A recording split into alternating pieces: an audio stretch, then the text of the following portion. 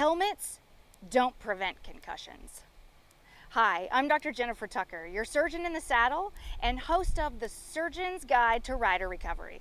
If you're looking for information about helmet safety, what symptoms to look for after a fall, and how to know when it's safe to get back on your horse after you've fallen off, then you're in the right place. And stay tuned to the end of the video where we go through some great recovery resources that I've collected just for you. So what is a traumatic brain injury, also called a TBI? TBIs are a spectrum of injuries that can affect your skull and your brain. They range in severity from skull fractures to bleeding and swelling within your brain, and of course, concussions. There's been a lot of research lately with respect to concussions, mostly from our football friends. I absolutely love how the Positive Coaching Alliance explains a concussion, and here's a clip from their crash course on concussions. Think about it like this. Your brain has a series of connections called axons. Information travels on these axons just like cars on a highway. Anytime you take a hit to the head in practice or in the game, the highways could get damaged, creating these potholes, cracks, and other kinds of damage on the road. Over time, with enough repeated hits, let's be real, these highways may even break on their own. Now imagine all of a sudden you take a huge hit, boom! That would be more like an earthquake, right? Who would want to drive in this? That earthquake and this damage to the highway is just like getting a concussion. These highways, our axons carrying all that critical information, may be breaking. That's wild. And you might think your brain is protected because when you hit your head, it's hard. But actually, your brain has a consistency of jello and it floats inside your skull. So the first concussion could cause a big problem. In fact, even small hits to your head can weaken the axons in your brain. So here's a question for you.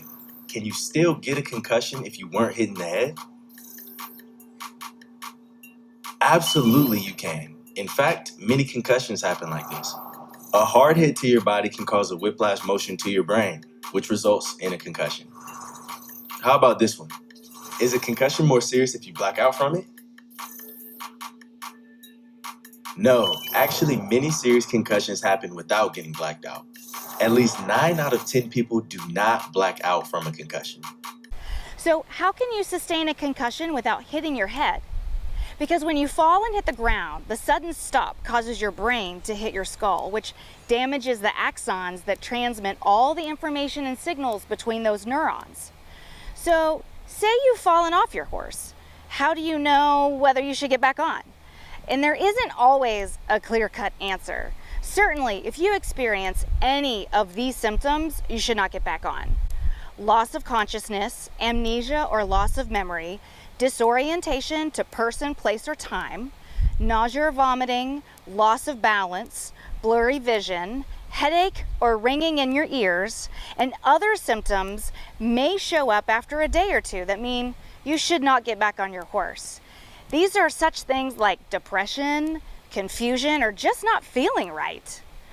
Concussions change your psychomotor speed, cognitive flexibility, processing speed, reaction time, and reasoning. And this will alter your ability to safely ride and put you at greater risk for another injury. With proper rest and treatment, a concussion can heal in about 10 days. But the more severe your symptoms are, the more likely you'll need specialized treatment. So remember those recovery resources I mentioned at the beginning of the video? Well, here's a list you'll want to talk to your doctor about to ensure you're getting all of the available resources to maximize your recovery. Your treatment team leader will be your neurologist. Typically, a CT scan is performed in the ER after a fall, so repeat CT scans may be necessary to monitor your recovery. Your neurologist will order these imaging studies and review your results with you. Also, medications may likely be prescribed, so be sure to ask if nutraceuticals such as vitamin C, vitamin B, melatonin, and other antioxidants are appropriate during your healing time. Physiatrists are physicians that specialize in physical medicine and rehabilitation.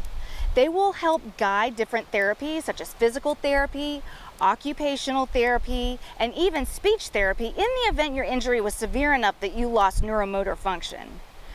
Recent studies show that controlled sub-threshold aerobic exercise has the potential to speed your recovery and is more beneficial than sustained rest. Neuropsychiatrists can help you with the emotional side of concussions. Depression, anxiety, emotional liability, and fatigue can all occur, and you do not need to try and tough it out on your own. There is medical treatment designed to support you through this difficult time, and your neurologist will help you find the right fit for you in the event that you need one. Ophthalmologists are occasionally necessary to assist in restoring your vision. There is an ocular therapy that is very specialized based on your visual disturbance, and even though it takes time and diligence, they can help you see normally again. Hyperbaric oxygen is being studied as a potential treatment option, and early studies have revealed that it can improve cognitive functioning during recovery. More research is needed to determine if hyperbaric oxygen is helpful for any concussions or only the most severe.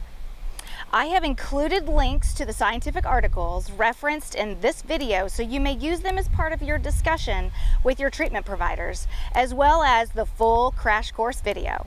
I have also included a link to the Concussion Legacy Foundation with emergency helplines in the event you need immediate support, and the CDC Heads Up site for more in-depth information for kids and teens who have been injured.